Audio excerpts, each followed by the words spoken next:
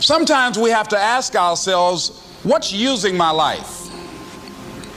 Heard a guy give a lecture one time that says, we are today what we were when. And he was talking about the fact that we, to a great extent, behave, think, react because of some previous experience that we've had. One of the things that we know about life is that it is always changing. Sometimes you're up, sometimes you're down. Sometimes things go real well, and sometimes they don't. Sometimes you're happy, and sometimes you're sad. Now that's that thing called life. And when we begin to understand and know that, accepting that reality that we will never ever have things just on an even keel all the time, that you're going to have some ups and you're going to have some downs, but during those down moments, that's where the growth takes place. That's where the work is. See, anybody can feel good when they have their health, their bills are paid, they have happy relationships, business is successful. Anybody could be positive then. Anybody can have a larger vision then. Anybody can have faith under those kinds of circumstances. Am I correct? See, but the real challenge of growth, mentally, emotionally, and spiritually, comes when you get knocked down. Somebody said that adversity introduces a man to himself or a woman. How you handle it, that's where the growth takes place.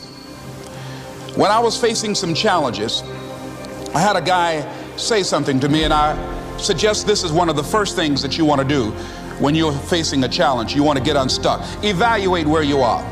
Look at it, assess yourself. Assess yourself and assess the situation. What brought you there? What role did you play? Earl Nightingale had a saying I like. He said, all of us are self-made, but only the successful will admit it. What has brought you to this point? What did you learn from it? Are you learning anything, or are you doing it over and over and over again?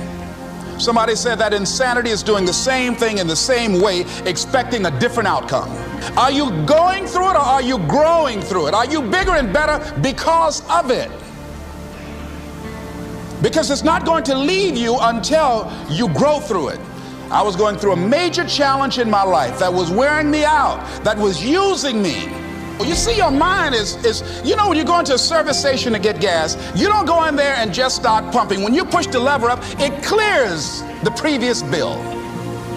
By the same token, if you want to begin to move, you've got to clear your mind of all the unnecessary luggage and baggage that's weighing us down. I couldn't move, I couldn't think about what am I going to do to get out of this situation, because I was so concerned about what happened and what he did to me and how bad it was. I was so stuck in that I couldn't even focus on what I should have done. Feeling sorry for myself and angry, and none of that was taking me anywhere.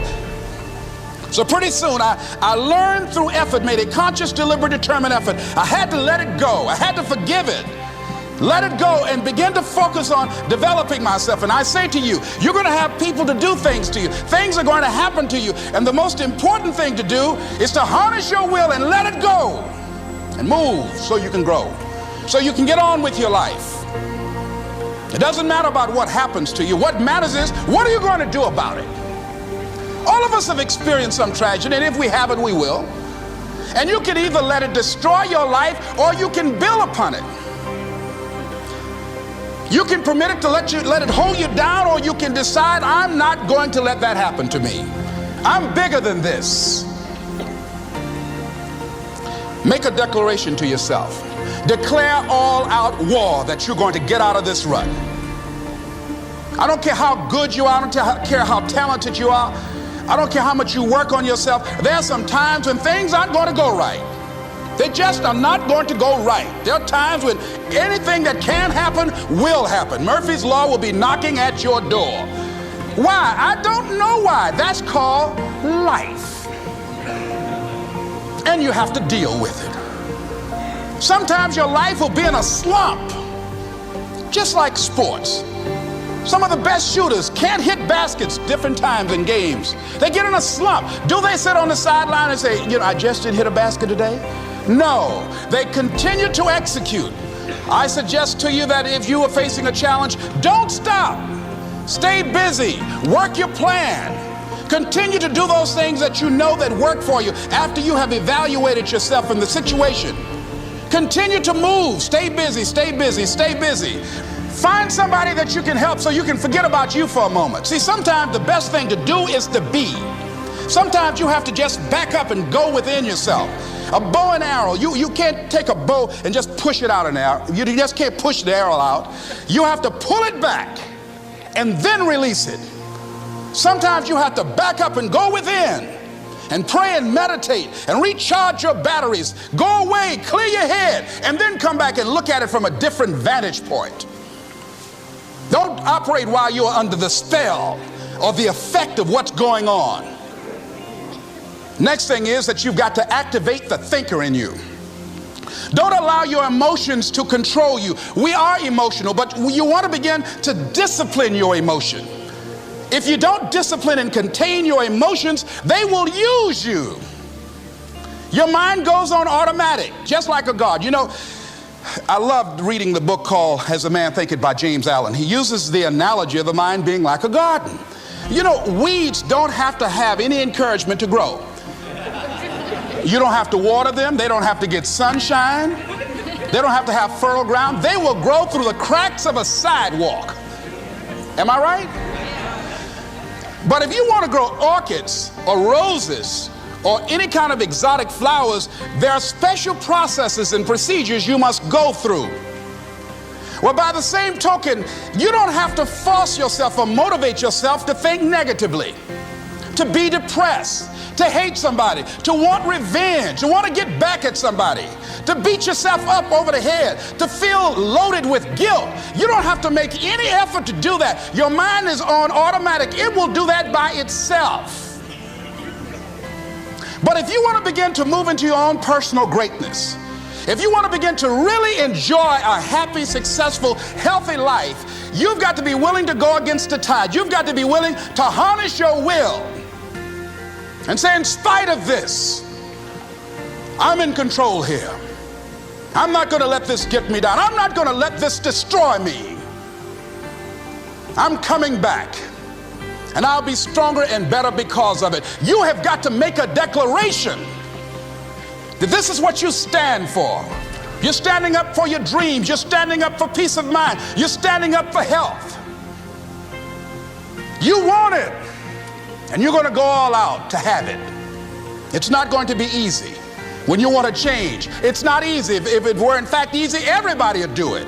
But if you're serious, you'll go all out.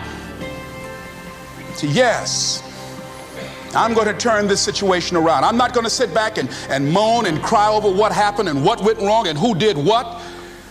I'm going to do something about this situation. The next thing that is important is that expect things to get better for you, because they are. See, life is cyclic. You're not, whatever experience you're having right now, it has not come to stay. It has come to pass. Not to stay, just to pass. It's just going through. The biggest challenge is to know what's happening. This is a part of this thing we call life. This too shall pass. And maintaining perspective, putting it in perspective. The other thing is, take full responsibility for your life. Accept where you are and the responsibility that you're going to take yourself where you want to go. Someone said we have two primary choices in life. We can either accept conditions as they exist, or we can take the responsibility to change them. See, a lot of people want to exempt themselves from taking responsibility. All they want to do is talk about the problem. Every time you see them, they'll tell you their story over and over and over and over again. No. You want to take responsibility for your life. I got me here, I can get me out of this. And I'm getting out. I'm not going to be a volunteer victim. George Bernard Shaw said there are two kinds of people in life. You know, he said those that make things happen, those that watch things happen, and those that don't know what happened. And he said the people that get along in this life look around for the circumstances that they want, and if they can't find them, they make them. They create them. So part of beginning to get unstuck, you've got to decide that the behavior pattern that you have adopted doesn't work for you. You've got to change your strategies, and changing your strategy means reinventing your life, recreating you, and you have the power to do that. You can decide that you're going to change, that you're not going to be a wimp. You can decide that you're going to stand up to life. You can decide that I'm going to live each day as if it were my last. You have the power to make that decision. You can decide I'm going to work on myself and develop myself. I'm going to empower me. And all of these things that are happening to me right now, they're just temporary inconveniences. They're not stronger than I am. I'm in charge here.